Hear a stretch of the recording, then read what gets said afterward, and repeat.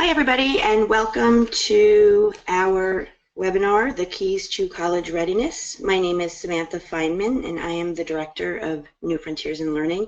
Thank you for joining us, and let's get started.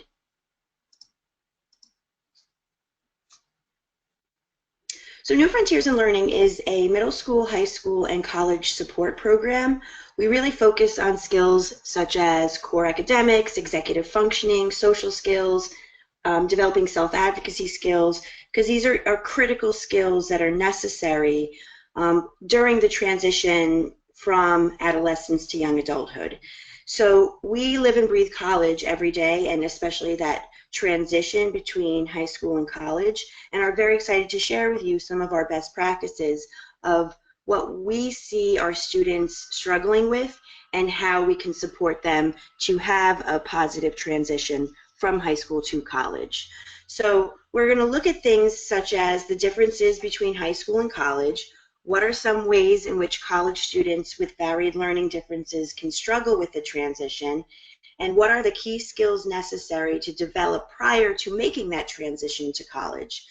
So these are what we are going to kind of go over today. And we're going to end the webinar with a 15-minute question and answer period where you'll have the opportunity to ask questions live and we'll be available to answer your questions. If we don't get to your questions, or if you'd like to ask your questions offline, please don't hesitate to reach out to us, email us, or call us, and we'd be happy to discuss with you your specific questions.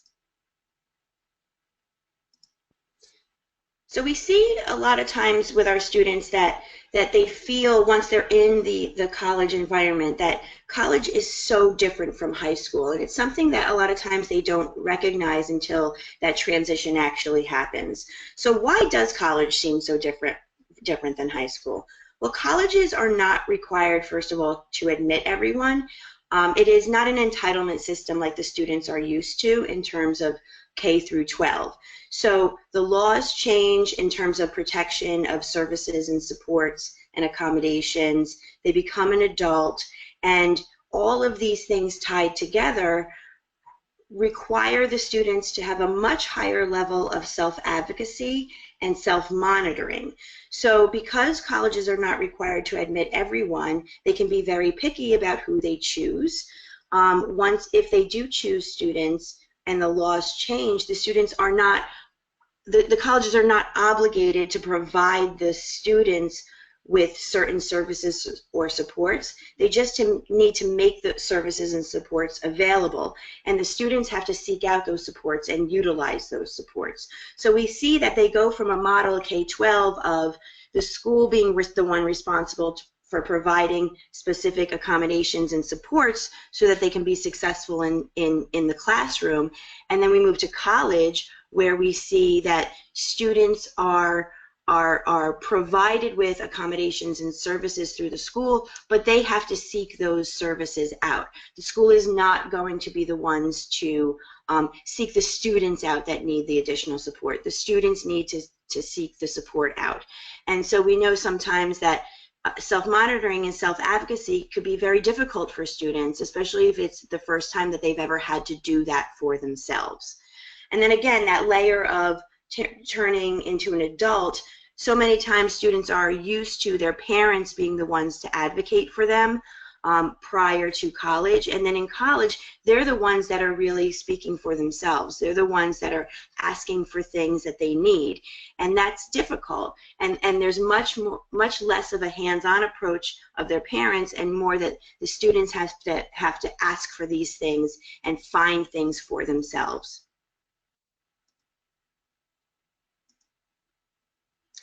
So we know that college staff are reporting, based on some research, that students with disabilities are not necessarily prepared for the different level of support received in college. So this goes along with kind of that shift and transition from high school to college. And in high school, when we see a lot of external support being provided to the students, in comparison, in college, there's a lot less external supports. And again, just that need to self-advocate. So where in high school you have a very structured schedule and you're being provided with a lot of immediate feedback from your teachers, and being given things such as as resource room, learning specialists, tutors, teachers that are specially trained in things like differentiation or universal design for learning, with a high level of parental involvement. Then you go and transition to college, where there's that increased need to self-monitor rather than being provided with a lot of immediate feedback from your professors, the need to seek help rather than having somebody helping you to receive the help. Professors may not necessarily be specifically trained in special education techniques, education at all. Many times they're experts in the field in what they're teaching, so they may not have a background in things like differentiation or universal design for learning. And it's this access system. If you need something, you need to find it. As comparison, and where in high school, where it's an entitlement system, you are going to get this, this, and this in order to be successful in the classroom. So what we see this leads to is, we start with this lack of understanding of the realities of college. So students making that transition and not really understanding what the realities are and what the increased responsibilities are on their part of becoming a college student. And then we add to that increased demand to self-advocate and self-monitor. And there's just the natural mainstream setup of the college environment, which for many students, that this might be the first time that they're in a general mainstream college environment. And what this leads to is a heightened level of anxiety, overload for the students, frustration on their part, avoidance, and just shutting down. And so instead of kicking into problem-solving mode when they are presented with this package of issues and obstacles, many times our students will shut down rather than moving themselves forward into problem-solving mode.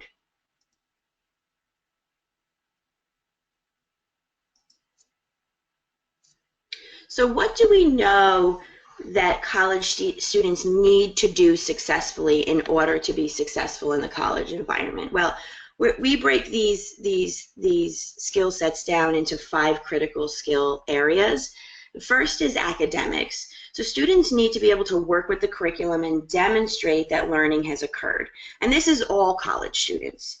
The second area is executive functioning. They need to be able to demonstrate the ability to problem solve, multitask, organize and prioritize their work, manage time, initiate, complete, and hand in assignments. So again, a lot of organization, time management on the part of the student in order to be successful in the college environment. They also need to be able to self-advocate. So they need to be able to figure out and identify when a misunderstanding has occurred in learning, and then seek out help, whether that be through their professor, whether that be through the Office of Disability Services, whether that be through the Writing Center on campus. They need to be able to identify when they need that help and where to go and access it. They also need to be more independent, manage responsibilities, especially if they're living on campus, such as eating well, exercising, laundry, sleep habits, and being able to balance recreation and academic responsibilities. Last category is social communication, and this is incredibly important both in the classroom and without. The students need to be able to negotiate interpersonal relationships with friends, professors, staff, students, and staff in the residence halls. It's all critical in order to be able to negotiate that environment successfully.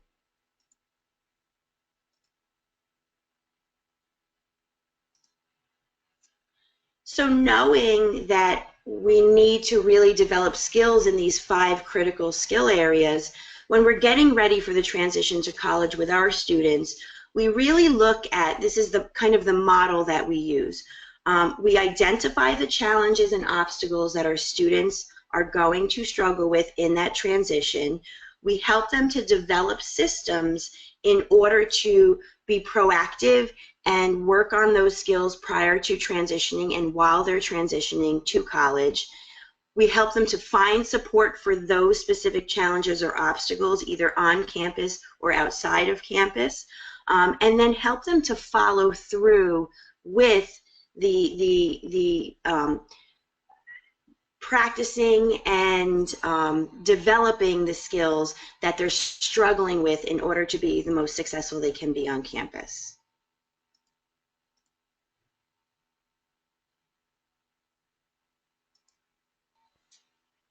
So I wanted to outline for you some very specific examples of roadblocks that we've encountered with some of our students that are transitioning from high school to college, so you can see some of the important skills that we have seen that are necessary for the students to have, but may lack prior to the transition to going to college. So when we're talking about academic skills, sometimes we see students that are coming to school with poor note-taking skills, poor study habits.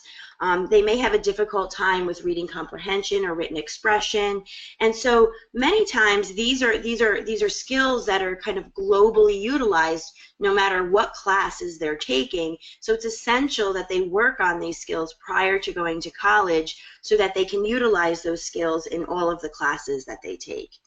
Then in terms of executive functioning, we see things like procrastination and lack of follow-through. We see that the students may have a difficult time managing their time. Something that we hear a lot from our students is that they have less in-class time, so they feel they have more free time, when the reality is in that free time, you're supposed to be structuring your own study sessions, doing your readings, doing your assignments, and the students don't necessarily know how to plan out that time, and they look at it as free time rather than time that they're required to be working on their classwork. In terms of social communication, we see things like residential life issues. You know, having to live in a small room with a person that you don't know for the first time in your life, that can be very difficult for anyone. And so learning how to negotiate that, as well as avoidance of working with peers sometimes in the classroom. So when group projects occur within the classroom, or when professors are requiring students to put themselves into groups, you know, social communication roadblocks can make this very difficult for students that we work with. In terms of self-advocacy, just having a lack of understanding of how to access accommodations is something that we see very often. Each school, each university has a different system of how students access their accommodations, and it's the students' responsibility to follow through with making sure that they're utilizing their accommodations. The Office of Disability Services is not the one that is responsible for making sure that the students are getting their accommodations, nor is it the responsibility of the professor. At the college level, the students have to be the ones that set up their accommodations, utilize their accommodations, and follow through with the process. And then in terms of independence, we see things like missing class as an obstacle, lateness, and just general isolating oneself from the college community.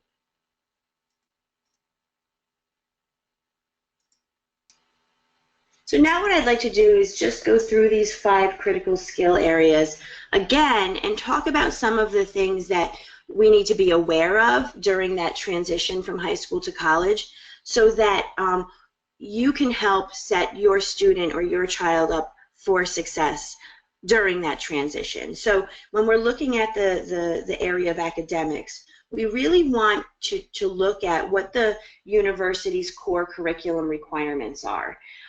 Sometimes if students, for example, have never taken a foreign language course before, and the students are required to take a foreign language in college, then that's something that you want to lay out in advance, and you want to see if maybe there's substitutions that the student can take instead of being required for to take a foreign language. It could be an accommodation that they could possibly get through the Office of Disability Services on campus. So it's important to kind of know in advance what the core curriculum requirements are of the school. Some schools have a very flexible core curriculum where there's different core requirements but different options of classes within the different categories, whereas there are other schools that have a very specific curriculum and very specific classes that are taken in a very specific order in order for the students to satisfy the requirements that are necessary to get a degree in that, whatever that program is. So it's important to understand very clearly what the curriculum requirements are, as well as understanding what the general philosophy requirements are in terms of the curriculum. Sometimes a school focuses very heavily on writing, and if a student is struggling with writing, again, we want to go back to having an understanding of, if we know a student struggles with writing and the school is writing heavy, how are we going to provide a level of accommodations and support that is necessary to set that student up for success. It's also incredibly important for the students to have a self-awareness of their academic abilities so that they can seek help when they need it. This is incredibly important. They need to understand, if I struggle with something, then I can go here for the help. And they also need to be encouraged to follow through with actually utilizing that help. They should continue to use resources and strategies that have worked in the past. So if outlining or the use of graphic organizers or tutors or executive functioning coaches have worked in the past, those systems might be very advantageous for those systems to continue throughout college. And so recognizing what has been working and implementing that into the college transition, I think sometimes is very essential. We hear so many times from our students that they're tired of utilizing external supports and they just want to try college on their own, almost as a fresh start. But what we don't want to happen is to set them up for failure, where they're attempting college, they don't have the right levels of support in place, and then they aren't successful in that environment because their self-esteem goes down, and it's just a recipe for not helping to progress the students to move forward. In terms of executive functioning skills, it's really important to understand the school systems and routines in advance of the transition. So I always recommend spending a chunk of time the summer prior to transitioning to college, understanding what are the online system, the email system, the registration system, the online classroom systems that are going to be utilized by the school and by the professors on campus. It's so many times that there are several different online platforms that the colleges are using, that the summer prior to college, it's a perfect time to kind of explore these different online platforms and help them understand how those online platforms are utilized by the college. We do this a lot with our students the summer before, and we've noticed a remarkable difference in their organization and understanding once they have systems and routines put in place of how to utilize the online platforms prior to having to actually use them once classes start. It's also important to create a customized system of organizing course materials, keeping track of important due dates, appointments, and responsibilities. The most important piece here is that the student finds it useful, beneficial, and motivating enough to follow through with. So it's not enough for somebody else to say, this is a helpful tool for you to stay organized. The student really themselves has to invest in it. So it's important to explore and find a system of organization that works for the student and the student can really buy into. Sometimes reading and utilizing a syllabus prior to classes starting can be very, very helpful. Many times college is the first time a student has ever actually saw a syllabus before. So there's a lot of information many times. Syllabi can be 20, 25 pages. So outlining and going through with them the course requirements, assignment, exam calendar, short and long-term due dates. A lot of times all of these things are on a syllabus, and so helping them to identify what all of these things are and what their role is in the classroom can be extremely helpful. Synthesizing all of the professor's contact information into one section can also be helpful one time, so it's easy to access. What do I do if requirements, due dates, and expectations change? So when students have a system of organization and they're planning and projecting out when due dates, assignments are due, etc., when tests are due, when those things change, the students need to realize that their system needs to change as well. So they need to keep up with any changes that are happening in terms of due dates, expectations, course requirements, and replace the old expectations with the new expectations and have a system for that. And then synthesizing all important information into one organized calendar of due dates, to-do lists, and checklist systems, again, is extremely helpful many times, but only as helpful as the student themselves find it. So the next area is social communication skills, and how do we get students ready for the increased demand of social communication from high school to college? So they really need to understand that they're going to be negotiating interpersonal dynamics between various different groups of people: professors, campus staff, students in and out of class, in the res life community, etc. So, just simple things as like what do I call my professors could be a question students may have in advance. How do you participate in a lecture style versus seminar style course? How do I communicate lateness and absences to my professors? How do I get involved on campus? How do I initiate that recreational integration? And what are the group work expectations? So all of these different examples of how students are expected to negotiate interpersonal dynamics on campus are really good to work through with the students prior to that transition. And then in terms of self-advocacy skills, students really need to have a very good grasp on their strengths and needs as a learner and what types of accommodations they should advocate for to support them on campus. When a student goes for an intake meeting to be approved for accommodations, the Office of Disability Services counselors really want to hear from the students what they struggle with. And this is very difficult many times for the students. It's very difficult for them to talk about what they struggle with. And so sometimes their natural reaction is to say, I don't need any help, I'm fine, I can do this.